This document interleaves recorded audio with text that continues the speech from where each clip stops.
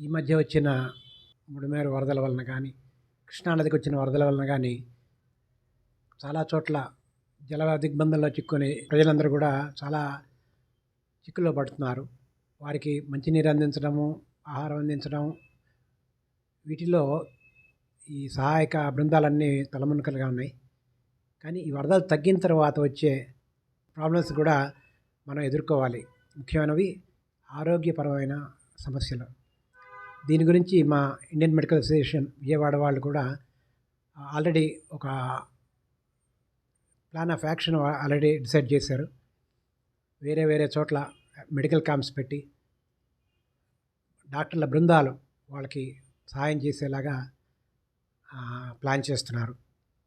తర్వాత ఈ ఈ ఈ పరిస్థితిలో వచ్చే ముఖ్యమైనవి కలుషితమైన ఆహారం వల్ల కానీ, కలుషితమైన నీరుని బట్టి కానీ వచ్చే సమస్యలు ఎక్కువ.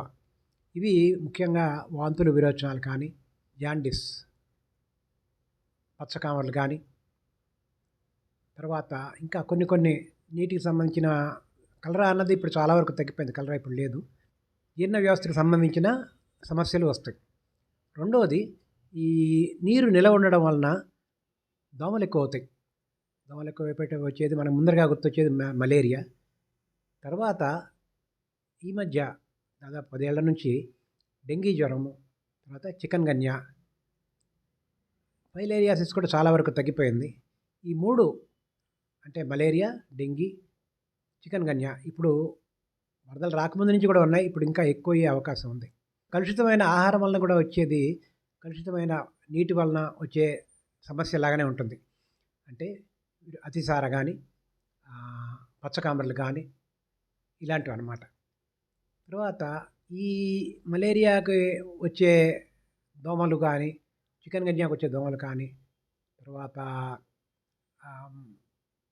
డెంగీకి వచ్చే దోమలు కానీ, దోమలే కానీ విడివిడిగా ఒక్కో దాన్ని గుర్తుపట్టడం తేలికే.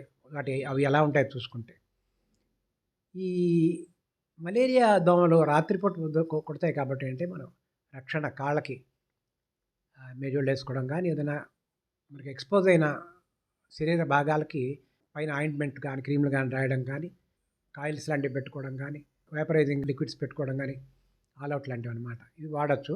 ఈ డెంగీ కానీ, చికెన్ గంజా కానీ దోమలు పగలపూట ఎక్కువ కొడతాయి. అవి కాళ్ళ మీద ఎక్కువ కొడతాయి. అంతకన్నా పైన కుట్టే అవకాశం లేదు. అందుకని రాత్రి మనం జాగ్రత్త తీసుకున్నాం కదా, పగలు నార్మల్గా ఉన్నా పర్వాలేదు అనుకోవడానికి లేదు.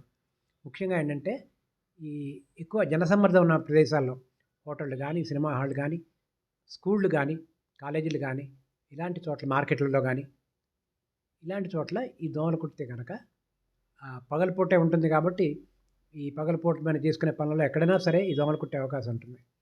అందుకని పూర్తిగా శరీరాన్ని కవర్ చేసే దుస్తులు ధరించడం మంచిది. పగలపూట కూడా ఒక్కొక్కసారి ఈ క్రీములు రాసుకోవడం మంచిది. దోమలు కాక ఇంకొక మనకి సమస్య కలిగజేసే కీటకాలు ఏంటంటే ఈగలు.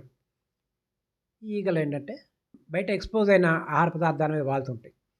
అలాగే పక్కన కాలువల మీద కానీ, లేకపోతే నీరు నిల్వ ఉండే చోట కానీ వాళ్తుంటాయి అక్కడ. అందుకని ఈ బహిరంగ మల విసర్జన చేసే ప్రదేశాలని మున్సిపాలిటీ వాళ్ళు కానీ, ఆరోగ్య సంస్థలు కానీ జాగ్రత్తగా మానిటర్ చేస్తుండాలి. అక్కడ ఈ బ్లీచింగ్ పౌడర్ చల్లడము, ఈగలు వాలకన్నా ఉండే అన్ని రకాలైన చర్యలు తీసుకోవాలి వీళ్ళు. ఇవి అశుద్ధం ఉన్న చోట ఇవ్వాలి. మళ్ళీ మనం తినే ఆహార పదార్థం అనేది వాలితే అది ఒక చోట నుంచి ఇంకో చోటకి ఇన్ఫెక్షన్లు క్యారీ అవుతాయి. ఇందులో ముఖ్యంగా ఉండేవి ఏంటంటే కలరా, తర్వాత టైఫాయిడ్, ముఖ్యమైనది టైఫాయిడ్, తర్వాత ఈ అతిసార కూడా, వాంతులు, విరోచనాలు అనేది కూడా ఈ ఈగల వలన ఒకళ్ళ నుంచి ఒకళ్ళకి పాకుతుంది. ముఖ్యంగా ఏంటంటే మనకి ఇప్పుడు ఎలా ఉందో తెలియదు కానీ ఆహార పదార్థాలు దొరికేలాగా కొన్ని వాళ్ళు ఎంతవరకు శుభ్రత పాటిస్తున్నారో చూసుకోవాలి. ఆరోగ్య శాఖ వాళ్ళు కానీ, లేకపోతే పోలీస్ శాఖ వాళ్ళు కానీ. అది అక్కడ ప్రాబ్లం అక్కడ ఉన్నట్టయితే కనుక గబగబా చాలామందికి వ్యాపించిపోతుంది. ఆరోగ్య ఎమర్జెన్సీ కింద తయారవుతుంది. వీటి గురించి ప్రభుత్వం కానీ, ఆరోగ్య శాఖ వాళ్ళు కానీ, పోలీసులు కానీ జాగ్రత్త తీసుకోవాల్సి ఉంటుంది. ముఖ్యంగా ఈ సమయంలో మనం తెలుసుకోవాల్సింది ఏంటంటే 3 విషయాల్లో జాగ్రత్తగా ఉండాలి. మన వ్యక్తిగతంగా మన పరిశుభ్రత పూర్తిగా చక్కగా ఉండేలా చూసుకోవాలి. రెండోది తినే ఆహార విషయంలో కానీ, నీటి విషయంలో కానీ జాగ్రత్తగా ఉండడం ఒకటి. మూడోది దోమలు, ఈగల బారిన పడకుండా మనం క్రిముల సాయంతో కానీ, కాయల సాయంతో కానీ మనం కాపాడుకోవడం. ఈ 3 కూడా చాలా తప్పనిసరి ఈ పరిస్థితుల్లో. ధన్యవాదాలు.